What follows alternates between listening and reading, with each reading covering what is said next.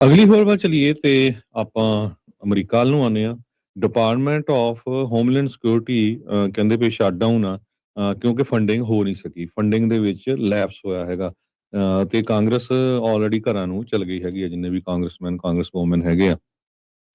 ਸੋ ਇਹਦਾ ਅਸਰ ਜਿਹੜਾ ਆ ਕਾਫੀ ਜ਼ਿਆਦਾ ਪੈਣ ਜਾ ਰਿਹਾ ਹੈ, ਕਿਉਂਕਿ 2,60,000 ਲੋਕ ਜੋ ਆ ਉਹ ਕੰਮ ਕਰਦੇ ਆ ਡਿਪਾਰਟਮੈਂਟ ਹੋਮਲੈਂਡ ਸਿਕਿਉਰਿਟੀ ਨੂੰ। ਸੋ ਉਹਨਾਂ ਦੀ ਜਿਹੜੀ ਤਨਖਾਹ ਆ ਉਹ ਰੁਕੂਗੀ, ਤੇ ਇਸੇ ਤਰ੍ਹਾਂ TSA ਜੋ 에ਅਰਪੋਰਟਸ ਦੇ ਉੱਤੇ ਹੈਗੀ ਆ, ਟਰਾਂਸਪੋਰਟੇਸ਼ਨ ਸਿਕਿਉਰਿਟੀ ਏਜੰਸੀ, ਉਹਨਾਂ ਦੀ ਤਨਖਾਹ ਨਹੀਂ ਮਿਲਣੀ, ਪਰ ਕੰਮ ਉਹਨਾਂ ਨੂੰ ਕਰਨਾ ਪੈਣਾ ਹੈਗਾ ਆ।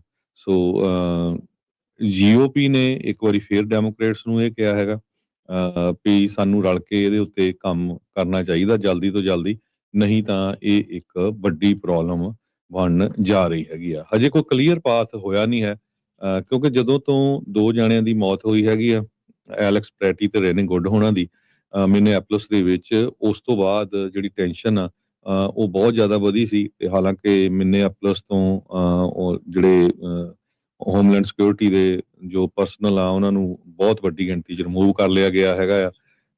ਪਰ ਪਾਰਸ਼ੀਅਲ ਗਵਰਨਮੈਂਟ ਸ਼ਟਡਾਊਨ, ਜਿਹਦੇ ਵਿੱਚ ਕਾਂਗਰੈਸ਼ਨਲ ਡੈਮੋਕ੍ਰੇਟਸ ਤੇ ਪ੍ਰੈਜ਼ੀਡੈਂਟ ਡੋਨਲਡ ਟਰੰਪ ਉਹਨਾਂ ਦੀ ਟੀਮ ਕਿਸੇ ਤਰ੍ਹਾਂ ਐਗਰੀਮੈਂਟ ਦੇ ਉੱਤੇ ਜਿਹੜੀ ਉਹਨਾਂ ਦੀ ਡੀਲ ਨਹੀਂ ਬਣ ਸਕੀ, ਤਾਂ ਕਿ ਉਹਨਾਂ ਨੇ ਸਤੰਬਰ ਮਹੀਨੇ ਤੱਕ ਜੋ ਡਿਪਾਰਟਮੈਂਟ ਆਫ ਹੋਮਲੈਂਡ ਸਿਕਿਉਰਿਟੀ ਨੂੰ ਫੰਡਿੰਗ ਕਰਨਾ ਸੀਗਾ।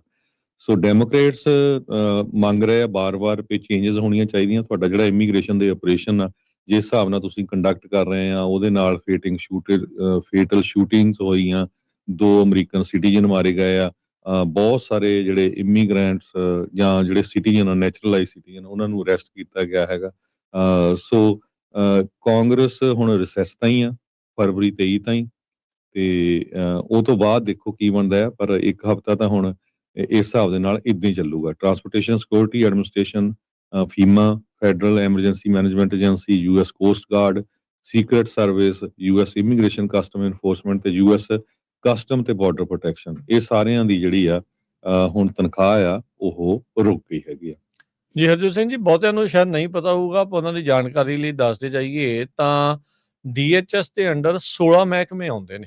16 ਜਿਹੜੇ ਮਹਿਕਮੇ ਆ ਉਹ ਇਸ ਦੇ ਵਿੱਚ ਆਉਂਦੇ ਨੇ, ਜਿੱਦਾਂ USCIS, United State Coast Guard, CBP Custom Border Protection, CISA Cyber Security Infrastructure Security Agency, FEMA ਵਾਲੇ, FLTEC Federal Law Enforcement Training Center, ICE ਵਾਲਾ ਜਿਹੜਾ ਹੈਗਾ ਆ, ਸੀਕ੍ਰੇਟ ਸਰਵਿਸ ਜਿਹੜੀ ਆ USSS, TSA ਟਰਾਂਸਪੋਰਟੇਸ਼ਨ ਵਾਲੀ, Management Directorate, Science and Technology Directorate, Countering Weapon of Mass Destruction Office, Office of Intelligence and Analysis, Office of Homeland Security Situational Awareness, Office of Health Security ਤੇ Ombudsman offices.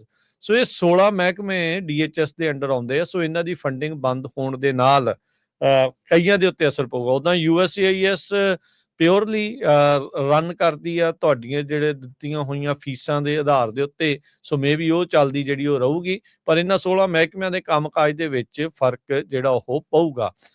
ਜਿੱਦਾਂ ਤੁਸੀਂ ਦੱਸਿਆ ਵੀ Democrats ਆਪਣੀਆਂ ਮੰਗਾਂ ਦੇ ਉੱਤੇ ਅੜੇ ਹੋਏ ਆ ਵੀ ਮਾਸਕ ਹਟਾਓ, ਬੋਡੀ ਕੈਮਰੇ ਸਾਰਿਆਂ ਦੇ ਜਿਹੜੇ ਉਹ ਲਾਓ, ਫੋਰਸ ਯੂਜ਼ ਦੇ ਜਿਹੜੇ ਟ੍ਰੇਨਿੰਗ ਆ ਉਹਨੂੰ ਦੱਸੋ ਵੀ ਕਿਹੜੇ ਸਿਚੁਏਸ਼ਨ ਦੇ ਵਿੱਚ ਜਿਹੜੀ ਫੋਰਸ ਪਾਲਿਸੀ ਆ, ਯੂਜ਼ ਆਫ ਫੋਰਸ ਪਾਲਿਸੀ ਕਿੱਦਾਂ ਜਿਹੜੀ ਉਹ ਵਰਤੀ ਜਿਹੜੀ ਉਹ ਜਾ ਸਕਦੀ ਹੈਗੀ ਆ। ਸੋ ਇਹ ਸਾਰੀਆਂ ਚੀਜ਼ਾਂ ਨੂੰ ਲੈ ਕੇ ਜਿਹੜੀਆਂ ਮੰਗਾਂ ਆ ਉਹ ਚੱਲ ਰਹੀਆਂ ਆ।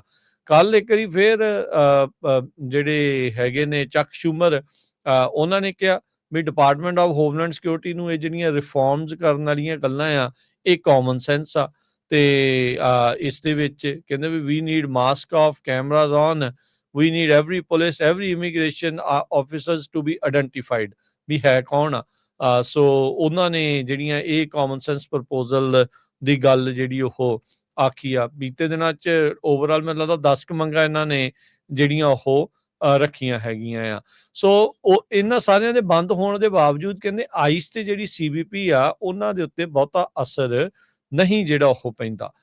ਸੋ ਉਹ ਆਪਣਾ ਕੰਮਕਾਜ, ਆਈਸ ਦੀ ਜਿਹੜੀ ਇਨਫੋਰਸਮੈਂਟ ਤੇ ਉਹ ਸਾਰੀਆਂ ਚੀਜ਼ਾਂ ਚੱਲਦੀਆਂ ਰਹਿਣਗੀਆਂ, ਪਰ ਇੱਥੇ ਜਿਹੜਾ ਹਰਜੋਤ ਸਿੰਘ ਜੀ ਉਹਨਾਂ ਲੋਕਾਂ ਦੇ ਉੱਤੇ, ਉਹਨਾਂ EMPLOYEES ਦੇ ਉੱਤੇ ਜਿਹੜਾ ਸਵਾਲ ਆਊਗਾ, ਜਿਹੜੇ ਬੋਨਸਿਸ ਦੇ ਲਈ ਤੇ ਲਾਲਚ ਦੇ ਲਈ ਇਹਨਾਂ ਨੇ ਜਿਹੜੀਆਂ ਏਜੰਸੀਜ਼ ਜੁਆਇਨ ਕੀਤੀਆਂ ਸੀਗੀਆਂ, ਵੀ ਕੀ ਉਹ ਕੰਟੀਨਿਊ ਰੱਖਣਗੇ ਇਸ ਚੀਜ਼ ਨੂੰ ਲੈ ਕੇ? ਕਿਉਂਕਿ ਇੱਕ ਉਹਨਾਂ ਦਾ ਕਹਿ ਸਕਦੇ ਹਾਂ ਵੀ ਦਿਮਾਗ ਦੇ ਵਿੱਚ ਹੁੰਦਾ ਵੀ ਮਨੀ ਮਿਲਣੀ ਹੈ ਤਾਂ ਜਾਣਾ ਆ, ਜੇ ਉਹ ਨਹੀਂ ਮਿਲੂਗੀ ਤਾਂ ਕਿੰਨਾ ਕੁ ਚਿਰ ਜਿਹੜਾ ਉਹ ਕੰਮ ਉਸ ਤਰੀਕੇ ਦੇ ਨਾਲ ਕਰਨਗੇ।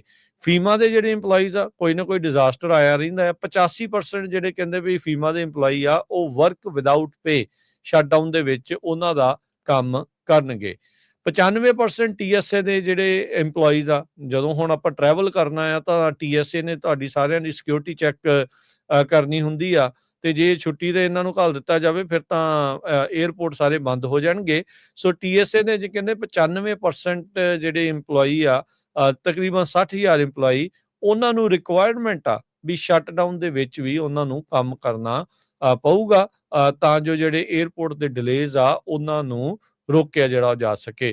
ਪਿਛਲੀ ਵਾਰ ਹਰਜੋਤ ਸਿੰਘ ਜੀ ਯਾਦ ਹੋਣਾ, ਜਦੋਂ 43 ਦਿਨ ਦਾ ਸ਼ਟਡਾਊਨ ਹੋਇਆ ਸੀਗਾ, 에ਅਰ ਟ੍ਰੈਫਿਕ ਕੰਟਰੋਲ ਵਾਲਿਆਂ ਦਾ ਕਿੰਨਾ ਜਿਹੜਾ ਉਹ ਰੌਲਾ ਰੱਪਾ ਪੈਂਦਾ ਰਿਹਾ ਵੀ ਉਹ ਨਹੀਂ ਛੁੱਟੀ, ਉਹ ਛੁੱਟੀ ਤੇ ਚਲੇ ਗਏ, ਉਹ ਆਏ ਨਹੀਂ, ਡਿਲੇਜ਼ ਜਿਹੜੇ ਉਹ ਬਹੁਤ ਜ਼ਿਆਦਾ ਹੋ ਗਏ। ਸੋ ਹੁਣ ਇਹ ਦੇਖਦੇ ਆ ਵੀ ਇਹਦੇ ਵਿੱਚ ਹੁਣ ਕਿੱਦਾਂ ਦਾ ਅਸਰ ਜਿਹੜਾ ਉਹ ਪੈ ਸਕਦਾ ਹੈਗਾ ਆ। ਪਰ ਇਹ ਆ ਵੀ 16 ਮਹਿਕਮਿਆਂ ਦੇ ਉੱਤੇ ਜਿਹੜੇ ਡਿਪਾਰਟਮੈਂਟ ਆਫ ਹੋਮਲੈਂਡ ਸਿਕਿਉਰਿਟੀ ਦੇ ਅੰਦਰ ਆਉਂਦੇ ਆ, ਅੰਡਰ ਆਉਂਦੇ ਆ, ਉਹ ਉਹਨਾਂ ਦੀ ਜਿਹੜੀ ਫੰਡਿੰਗ ਬੰਦ ਹੋਣ ਦੇ ਨਾਲ ਵੱਡੇ ਚੀਜ਼ਾਂ ਦੇ ਉੱਤੇ ਜਿਹੜਾ ਵਿਘਨ ਆ ਉਹ ਪੈ ਸਕਦਾ ਆ। ਜਿਹੜੇ ਕੁਝ ਕ੍ਰਿਟਿਕਸ ਆ ਉਹ ਇਹ ਵੀ ਨਾਲ ਕਹਿ ਰਹੇ ਆ, ਕਹਿੰਦੇ ਵੀ ਗਵਰਨਮੈਂਟ ਸ਼ਟਡਾਊਨ ਹੋਣ ਦੇ ਨਾਲ, ਇਨਫੈਕਟ DHS ਸ਼ਟਡਾਊਨ ਹੋਣ ਦੇ ਨਾਲ ਜਿਹੜੀ ਓਵਰਸਾਈਟ ਦੀ ਇਹ ਮੰਗ ਕਰ ਰਹੇ ਆ, ਉਹ ਓਵਰਸਾਈਟ ਕਰਨੀ ਸਗੋਂ ਹੋਰ ਔਖੀ ਹੋ ਜੂਗੀ, ਕਿਉਂਕਿ DHS ਦੇ ਜਿਹੜੇ ਵਾਚਡੌਗ ਆ ਉਹ ਕਹਿੰਦੇ ਵੀ ਸਾਡੇ ਕੋਲ ਇਨਫੋਰਮੇਸ਼ਨ ਜਿਹੜੀ ਇਸ ਦੇ ਵਿੱਚ ਬਾੜੀ ਜਿਹੜੀ ਉਹ ਪ੍ਰਾਪਤ ਨਹੀਂ ਹੋ ਸਕੂਗੀ ਜੇ ਇਮੀਗ੍ਰੇਸ਼ਨ ਇਨਫੋਰਸਮੈਂਟ ਓਵਰਸਾਈਟ ਨਾ ਹੋਈ। ਸੋ ਫੰਡਿੰਗ ਦਾ ਲੈਪਸ ਦਾ ਕਹਿੰਦੇ ਵੀ ਇੱਕ ਇਹ ਵੀ ਅਸਰ ਸਾਹਮਣੇ ਜਿਹੜਾ ਆ ਸਕਦਾ। ਡਿਪਾਰਟਮੈਂਟ ਦਾ ਜਿਹੜਾ ਇੰਸਪੈਕਟਰ ਜਨਰਲ ਆ, ਉਹਦੇ ਨਾਲ ਉਹਨੂੰ ਕਹਿੰਦੇ ਵੀ ਸਸਪੈਂਡ ਕਰ ਦਿੱਤਾ ਜਾਂਦਾ ਹੈ ਆਪਣੇ ਜਿੰਨੇ ਵੀ ਆਡਿਟ ਤੇ ਪ੍ਰੋਬ ਚੱਲ ਰਹੇ ਆ ਉਸ ਕੰਮਕਾਜ ਤੋਂ, ਕਿਉਂਕਿ ਉਹਨਾਂ ਦੀ ਫੰਡਿੰਗ ਜਿਹੜੀ ਉਹ ਲੈਪਸ ਹੋ ਚੁੱਕੀ ਆ। ਸੋ ਓਵਰਸਾਈਟ ਵਧੇ, ਉਹ ਚੀਜ਼ਾਂ ਕਰਨ ਦੇ ਲਈ ਇਹ ਗਵਰਨਮੈਂਟ DHS ਦੀ ਜਿਹੜੀ ਫੰਡਿੰਗ ਦਾ ਸ਼ਟਡਾਊਨ ਹੋਇਆ ਆ, ਉਸ ਦੇ ਉੱਤੇ ਇਹ ਰੌਲਾ ਰੱਪਾ ਪਿਆ ਆ, ਤੇ ਉਹੀ ਸ਼ਟਡਾਊਨ ਦੇ ਕਰਕੇ ਹੋ ਸਕਦਾ ਵੀ ਓਵਰਸਾਈਟ ਹੋਰ ਜ਼ਿਆਦਾ ਜਿਹੜੀ ਉਹ ਘਟ ਜਾਵੇ। DHS ਦੇ ਇੰਸਪੈਕਟਰ ਜਨਰਲ ਦੇ ਅਧੀਨ ਇਸ ਮੌਕੇ ਹਰਜੋਤ ਸਿੰਘ ਜੀ 8 ਐਕਟਿਵ ਇਨਵੈਸਟੀਗੇਸ਼ਨਸ ਪ੍ਰੋਬਸ ਜਿਹੜੀਆਂ ਉਹ ਚੱਲ ਰਹੀਆਂ ਆ, ਜਿਹੜੀ ਮੌਜੂਦਾ ਇਮੀਗ੍ਰੇਸ਼ਨ ਕਰੈਕਡਾਊਨ ਦੇ ਨਾਲ ਸੰਬੰਧਿਤ ਆ। ਇਹਨਾਂ ਦੇ ਵਿੱਚ ਯੂਜ਼ ਆਫ ਫੇਸ਼ੀਅਲ ਰੈਕੋਗਨਾਈਜੇਸ਼ਨ ਉਹ ਤੇ ਆਈਸ ਤੇ ਏਜੰਟਸ ਦੇ ਦੁਆਰਾ ਐਕਸੈਸਿਵ ਫੋਰਸ ਦੇ ਜਿਹੜੀ ਪ੍ਰੋਬ ਆ ਉਹ ਵੀ ਉਹਨਾਂ ਦੁਆਰਾ ਜਿਹੜੀ ਉਹ ਚੱਲ ਰਹੀ ਆ। ਪਰ ਹੁਣ ਫੰਡਿੰਗ ਲੈਪਸ ਹੋਣ ਦੇ ਨਾਲ ਆਫਿਸ ਆਫ ਇੰਸਪੈਕਟਰ ਜਨਰਲ ਆ ਉਸ ਨੂੰ ਆਪਣਾ 85% ਕੰਮ ਆਡਿਟ, ਵੈਲੂਏਸ਼ਨ ਤੇ ਇਨਸਪੈਕਸ਼ਨਸ ਆ ਉਹ ਬੰਦ ਕਰਨੀਆਂ ਪੈਣਗੀਆਂ।